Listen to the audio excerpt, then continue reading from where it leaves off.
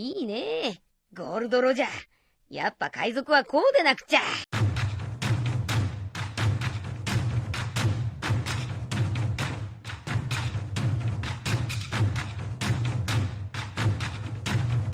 だから俺は海に出たんだ。グランドラインに行ってワンピースを手に入れて、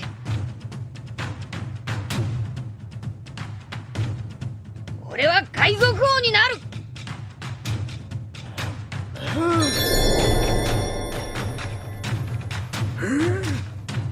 ロ、サンジ、ストップ。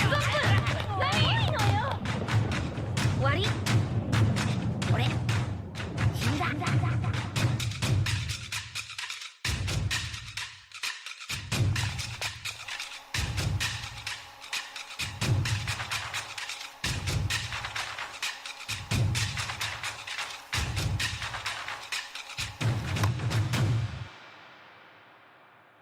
The first reason Luffy wants to stop at Logtown is not surprising.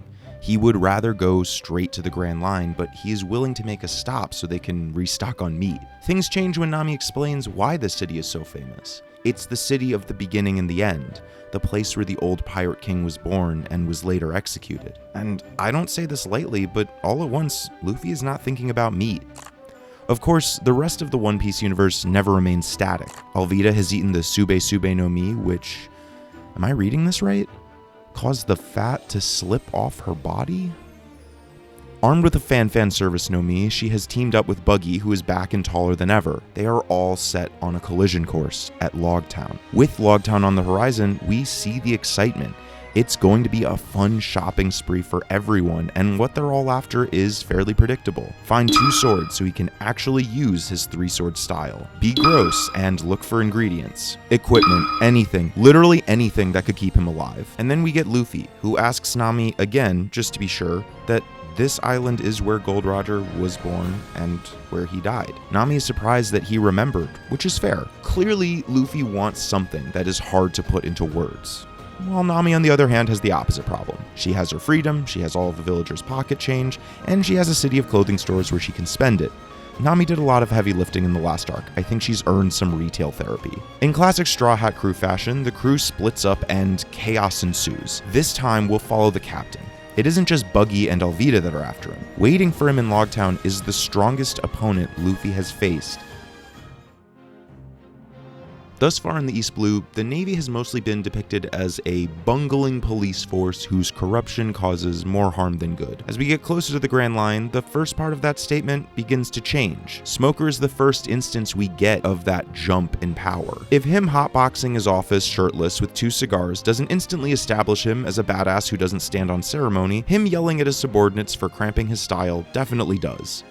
Smoker is so strong that he is bored of apprehending the weak pirates attempting to stock up in Logtown before going to the Grand Line. But he is at least a little interested in this Monkey D. Luffy, who has a bounty of 30 million berries. If only he had looked at the wanted poster, we would have had this fight 5 episodes early. When the two of them meet, Smoker's clearly surprised at Luffy's boldness. I mean, civilians, people that he is protecting, are afraid of him. Yet this young outsider walks right up to a Navy captain and asks for directions to the execution platform, which, fair enough, a Navy captain definitely would know where that is. When Smoker asks why Luffy wants to see it, his answer is simple. He wants to see where the king of the pirates died, which in itself is quite a thing to admit to a Navy captain. Luffy's passion and fearlessness clearly make an impression on Smoker. He's impressed enough that he decides to use his smoke to lead Luffy to the platform, except Luffy gets lost. Instead, he finds his way into the Gold Roger bar. Now, it is entirely fair to simply see this as destiny or fate that Luffy found his way into this bar. As we soon learn, the owner knew and respected Roger, yet he has grown tired of the poor excuse for pirates that were inspired by Roger's execution, which coincidentally happened 22 years ago to the day. Luffy inspires the owner, or Raul, to keep the bar open. In fact, while they're talking, Raul cannot help but see Roger where Luffy sits. While Luffy is clearly very different from Gold Roger, the fire that drives them both is identical. It gives Raul hope.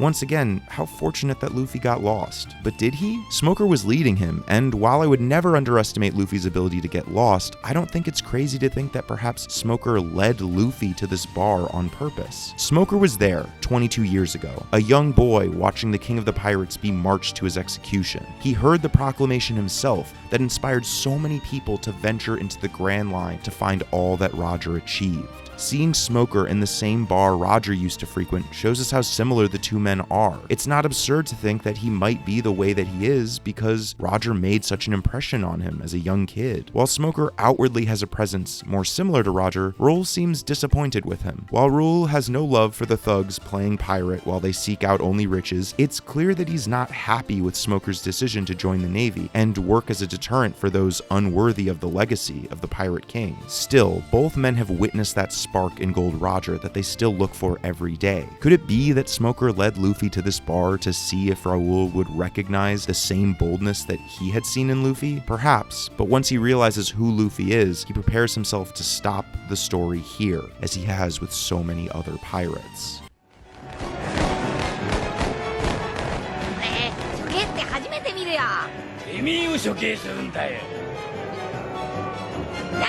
ふざけんなー！てめえがふざけんな！これより派手処刑を公開執行します。 In perhaps the biggest upset in anime history, Buggy and his crew get the drop on Luffy and have our protagonist at their mercy. We've seen this part before, and as the storm builds, we see that no one will reach Luffy in time. Nami and Usopp are running to save the Going Merry, and Zoro and Sanji are just too far away. As the blade plunges towards Luffy's neck, Smoker is shocked as he sees him smiling. As Smoker says, no pirate smiles when they're about to be executed. That is, except for Gold Roger. It is at least a little more understandable why Roger smiled when he was about to be executed. After all, at that point, he was the king of the pirates. One might expect that it is easier to smile at the end of one's life when their main goal has been accomplished. But then, why does Luffy smile? He claimed only moments before that he would be the king of the pirates, showing that he knows that he has not accomplished that yet he smiled anyway. I believe that he smiled for the same reason that Roger did. Roger did not smile because of what he accomplished, but because of how he lived. Both he and Luffy have lofty ambitions that they put their life on the line to achieve. Whether they die before or after they reach their goal is less important than the fact that they lived their life for that goal. And then, whether it be because of chance, fate, or an even more powerful force we have yet to meet, lightning strikes the execution platform, barely saving Luffy's life. Luffy doesn't waste any time trying to figure out how he is still alive. They have been given this chance, and they won't waste it. この俺を倒さなければグランドラインには入れねえと言った。お前を倒してグランドラインに入る。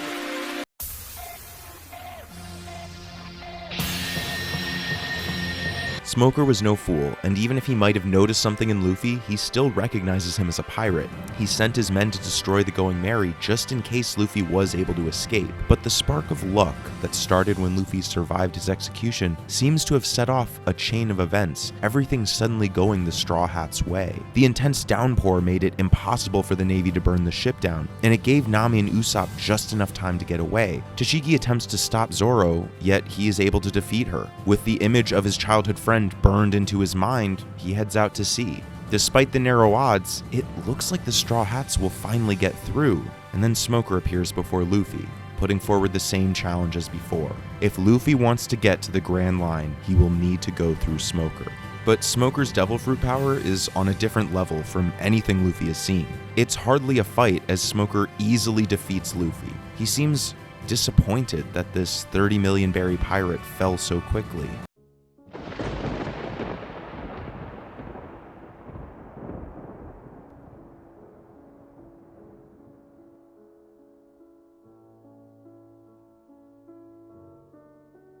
And then a mysterious hooded figure appears. Dragon stops Smoker from delivering the final blow, and a mysterious blast of wind rips through Logtown. He says, "The world is waiting for our answer." If we are to assume that this is Dragon's power, it is yet another escalation in the power level. Still, Luffy does not waste time questioning his luck. He gets his crew back to the ship and they leave for the Grand Line. At this point, we have no idea who this man is or what his connection is to Luffy. It can feel a little bit odd. After all, most writers try to avoid Deus Ex Machina. If used incorrectly, it can cheapen the story and lose the trust of the reader. How can you expect a reader to buy into the stakes of a story if the author can just create an act of God that solves all of the protagonist's problems? Dragon's intervention is an example of Deus Ex Machina, but Oda does not use it as a simple solution, but to make a larger point. Consider the few lines that Dragon utters. "The world is waiting for our answer."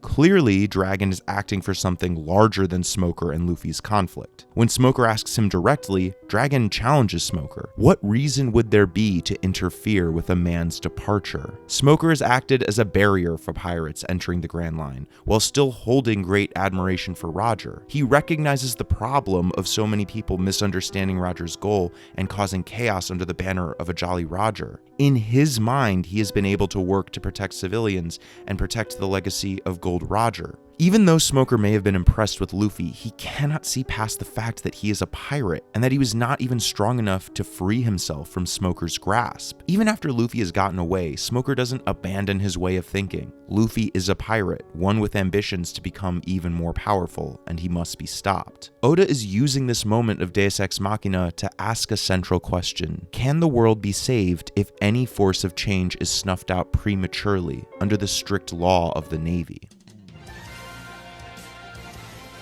Whether it was some act of God, chance, or a plot carried out by this mysterious figure, our heroes are finally setting out for the Grand Line. And it wasn't just the Straw Hats who used the strange events to get away. As we see Buggy and Alvida setting out for Luffy and his crew, followed shortly by Smoker and Tashiki, it is curious that Buggy says, "Let's head straight into the nostalgic Grand Line."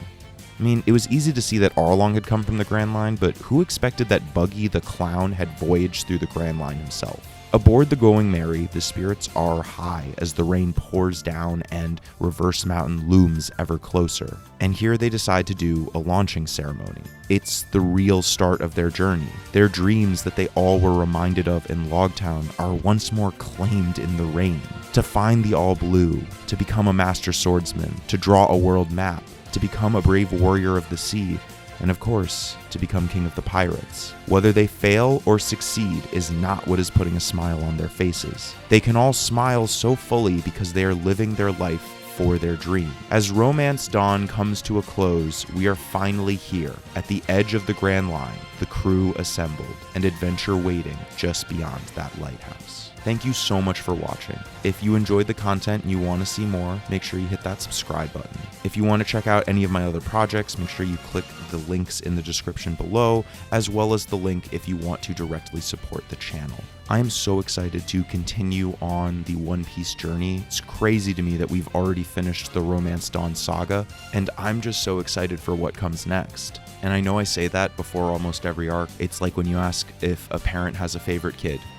They probably do, but they're just gonna say all of them. Anyways, next up, Alabasta.